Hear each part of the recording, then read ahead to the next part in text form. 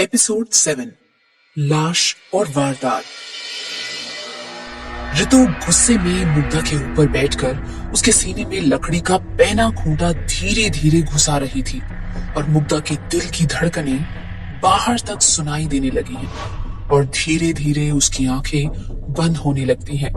मुग्धा की जान बस निकलने ही लगती है कि तभी अचानक एक हाथ ऋतु के हाथ को पकड़ लेता है और पीछे खींच देता है।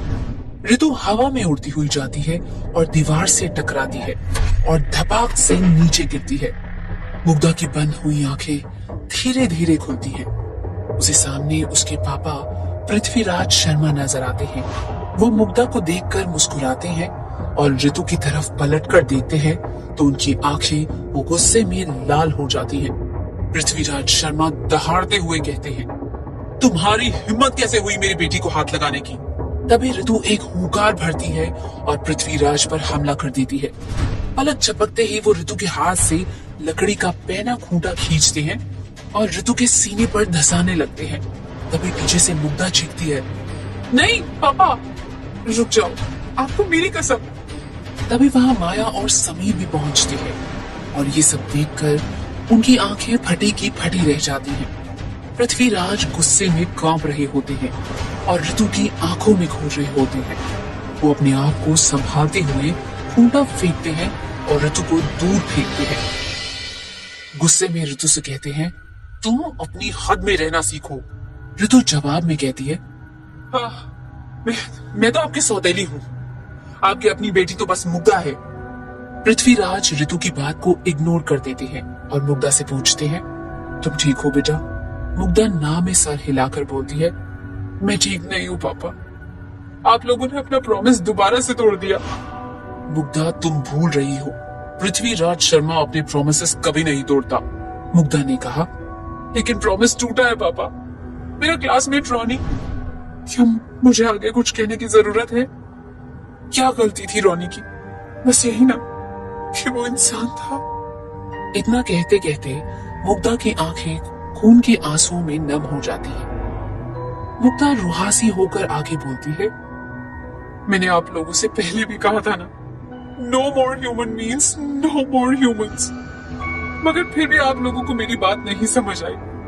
आज के बाद मैं आप लोगों से कोई बात नहीं करूंगी। इतना कहकर मुग्धा वहां से गुस्से में अपने कमरे में चली गई।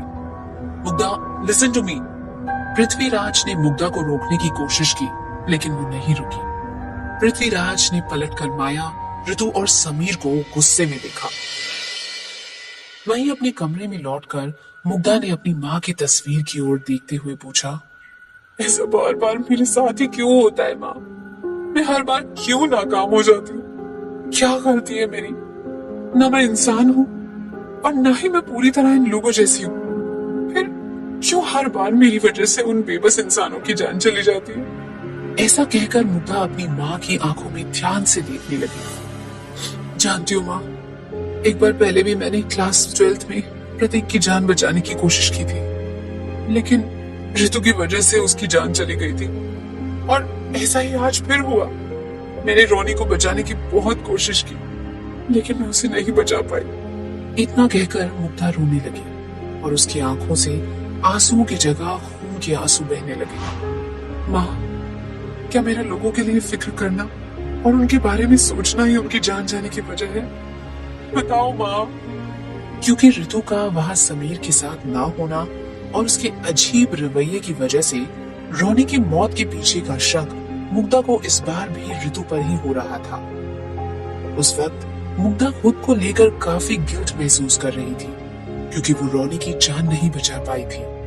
तभी उतनी देर में मुग्धा के कंधे पर किसी ने हाथ रखा।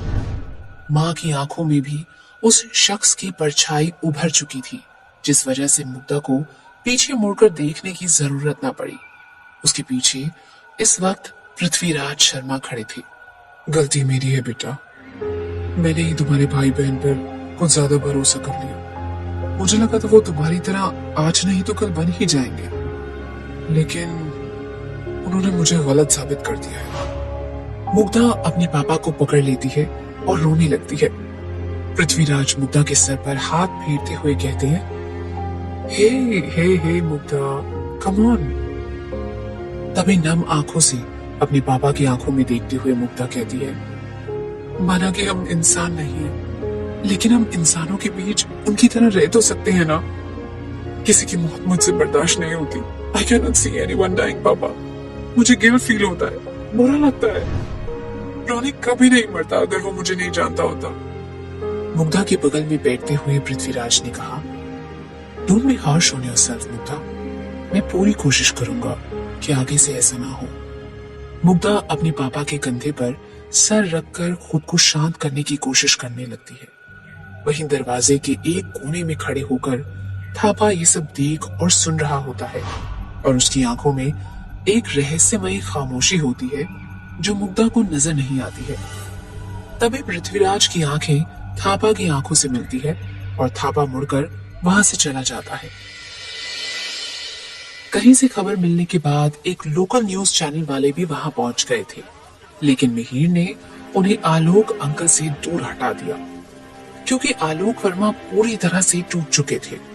रो रो कर उनका बुरा हाल था और मिहिर उन्हें संभाले हुए था। लेकिन उस वक्त मिहिर भी अंदर ही अंदर इतना बिखर चुका था कि वो अपने इस सदमे को किसी के सामने जाहिर भी नहीं कर पा रहा था, क्योंकि उसे इस वक्त रोनी के पेरेंट्स का सपोर्ट सिस्टम बनना था, ना कि खुद कमजोर पड़कर अपनी कमजोरी को एक्सप्रेस करना। मिहिर चाहकर भी उस वक्त कुछ नहीं कर पा रहा था। इस वजह से वो अंदर ही अंदर गुस्से की आग में जल रहा था। उसे उस वक्त मुग्धा पर बेहद गुस्सा आ रहा था, लेकिन वो मुग्धा के खिलाफ बिना किसी सबूत के कुछ कर भी नहीं सकता था। तब तक कुछ जरूरी कार्रवाई फॉरेंसिक टीम कर चुकी थी। तब ऑफिसर दुर्गा प्रसाद बॉडी को बहुत बारीकी से अपने दस्ताने पहनकर देख रहे थे।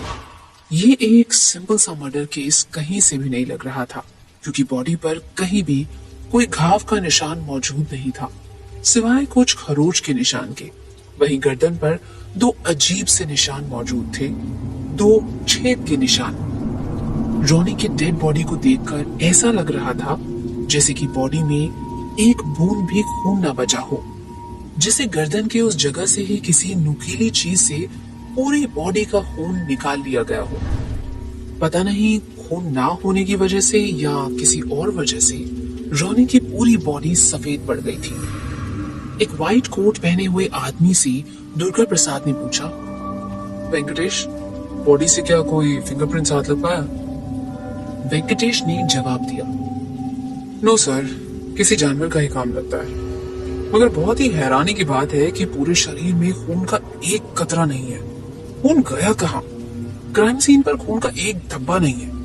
कोई फिंगरप्रिंट हमारे हाथ नहीं लग पाया, लेकिन उसकी बॉडी पर से कई जगह पर खरोच के निशान मिले हैं, जैसे किसी जंगली जानवर ने उससे नोच खाया हो। हमने तकरीबन 2 घंटे इस जगह की अच्छे से तलाशी भी ली, लेकिन अभी तक कुछ भी खास एविडेंस हमारे हाथ नहीं लगा। हमारी तहकीकात जारी है। हमें कुछ भी पता चलता है तो हम सीधा आपको बता देंगे, नहीं तो पोस्टमार्टम के बाद ही आगे कुछ पता चल पाएगा। ओके, फर्दर ऑपरेशन जारी रखो। इतना कहकर दुर्गा प्रसाद गहराई से कुछ सोचने लगे। वहीं तब तक मिहिर ने अपने रतन मामा को कॉल करके वहां मर्डर स्पॉट वाली जगह पर बुला लिया था। रोनी की बॉडी की हालत को कुछ देर तक गौर से देखने के बाद रतन मामा कुछ गंभीर नजर आने लगे थे। दुर्गा प्रसाद ने हंसमुख से जैसे ही कहा, कहीं फिर से वही सब तो नहीं हो रहा जो आज से तकरीबन 21 साल पहले हुआ था? हवलदार हंसमुख ने दुर्गा प्रसाद की ओर देखते हुए पूछा, 21 साल पहले ऐसा क्या हुआ था साहब? तब रतन मामा ऑफिसर दुर्गा प्रसाद और हंसमुख की बातें बड़े ध्यान से सुन रहे थे। दुर्गा प्रसाद जैसे अपनी पुरानी यादों की झोली से एक पुरानी हैरत अंगेज कहानी सुनाने लगे। हंसमुख, ये तब की बात है जब मेरी नए हवलदार के तौर पर इस इलाके में पोस्टिंग हुई थी। उस वक्त भी कुछ ऐसे ही रहस्यमय तरीके से कई मौतें हुई थी। उस वक्त भी कातिल का कुछ पता नहीं लग पाया था और ना ही कोई मर्डर वेपन के बारे में कुछ खास मालूम चला था। और तब तो इंडिया में फॉरेंसिक साइंस ने भी इतनी तरक्की नहीं की थी। शुरू में हमें लगा था कि यह सिर्फ किसी खूंखार जंगली जानवर का काम होगा, लेकिन नहीं, इतने भयानक तरीके से कोई जंगली जानवर इन रहस्यमय मौतों की वजह नहीं बन सकता। तभी झट से रतन मामा ने कहा, आपने सही कहा ऑफिसर, लगता है 21 साल पहले का इतिहास फिर से खुद को दोहरा रहा है। आपको जल्दी ये सब रोकना होगा, नहीं तो इसका अंजाम शिमला के लोगों के लिए बिल्कुल भी अच्छा नहीं होगा। जैसे ही मिहिर ने ये सब सुना वो हैरान रह गया। आखिर 21 साल पहले ऐसा क्या हुआ था जो फिर से एक बार यहाँ हो रहा है। कुछ देर बाद वेंकटेश ने दुर्गा प्रसाद की ओर आगे बढ़कर कहा, सर, यहाँ स्पॉट से कोई फुटप्रिंट भी बरामद नहीं हो सका। बारिश की वजह से सारे फुटप्रिंट मिट गए हैं। पेट्रोलियम टीम के यहाँ आने से पहले ही बारिश शुरू हो चुकी थी। पर मुट्ठी से मारते हुए ऑफिसर दुर्गा प्रसाद ने कहा, एक फुटप्रिंट ही तो हम पक्के सबूत के तौर पर इस्तेमाल कर सकते थे, लेकिन इस बारिश की वजह से सब कुछ बर्बाद हो गया। जब आलोक वर्मा की हालत कुछ सुधर गई तब दुर्गा प्रसाद ने आलोक वर्मा के कंधे पर हाथ रखते हुए पूछा, आलोक जी, क्या आपको किसी पर शक है जिससे रोनी की कभी कोई लड़ाई वगैरह हुई हो? उस लड़के के अलावा सिर्फ वही लड़का कातिल हो सकता है जो उस रोज रोनी को ढूंढते हुए हमारे घर आया था। उसका नाम याद नहीं आ रहा। ऐसा कहकर आलोक वर्मा सोचने लगे। दुर्गा प्रसाद ने पूछा, क्या नाम था उसका आलोक जी? याद करने की कोशिश कीजिए, शायद हमें कोई लीड मिल जाए। अपने आंसू पोंछते हुए आलोक वर्मा ने कहा, हाँ, याद आया, समीर नाम था उसका। समीर? ये नाम तो मैंने भी कहीं सुना। ये कहीं वही लड़का तो नहीं जो उस रात मुझे वहां रोनी को ढूंढते वक्त मिला था? अचानक से ये ख्याल मिहिर के दिमाग को कौंध गया। सर, मैं भी एक समीर नाम के लड़के से मिला था, लेकिन वो अचानक से आया था और यूं अचानक से ही गुम हो गया था। और वो बड़ी बेसब्री से रोनी को ढूंढ रहा था, जैसे कि कोई बेहद जरूरी काम हो उसे रोनी के साथ। हसमुख, ये नाम नोट कर लो और अपने सारे खबियों को इस समीर नाम के लड़के का पता लगाने के लिए कह दो। तब तक मिहिर और आलोक वर्मा ने समीर के हुलिये के बारे में भी हसमुख को कुछ और डिटेल्स बता दी थी। वहां की बची कुची पड़ताल हो जाने के बाद दुर्गा प्रसाद ने कुछ सोचकर मिहिर से कहा, मिहिर, तुम आलोक जी के साथ घर चले जाओ, मैं हसमुख को कहकर आप लोगों को घर छुड़वा देता हूँ। तब तक हम रोनी की बॉडी को पोस्टमार्टम के लिए भेज देते हैं। जैसे ही हमें कोई पुख्ता सबूत मिलेगा हम आप लोगों को इस बारे में बताएंगे। वो रात दूसरी रातों के मुकाबले कुछ ज्यादा ही काली थी। हवाएं सन सन बह रही थी। दरवाजे और खिड़कियां बंद होने के बावजूद भी हवाएं अपनी मौजूदगी जाहिर कर रही थी। मिहिर पूरी रात आलोक वर्मा और उनकी पत्नी आशा के साथ ही रहा, क्योंकि रह रहकर आशा वर्मा रोने लगती थी।